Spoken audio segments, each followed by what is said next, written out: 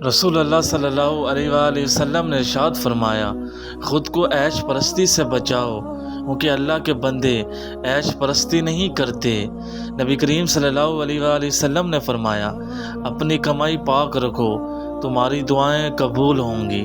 किसी बेकसूर पर बहतान लगाना ये आसमानों से भी ज़्यादा भारी गुनाह है। अल्लाह की मोहब्बत एक समंदर की तरह है, आप उसका आगाज़ तो देख सकते हैं लेकिन इख्तिताम नहीं। रसूलुल्लाह सल्लल्लाहु अलैहि वसल्लम ने फरमाया, ऐ लोगों, इस्तग़फ़ार करो, मैं दिन में 100 मरतबा इस्तग़फ़ार करता हूँ।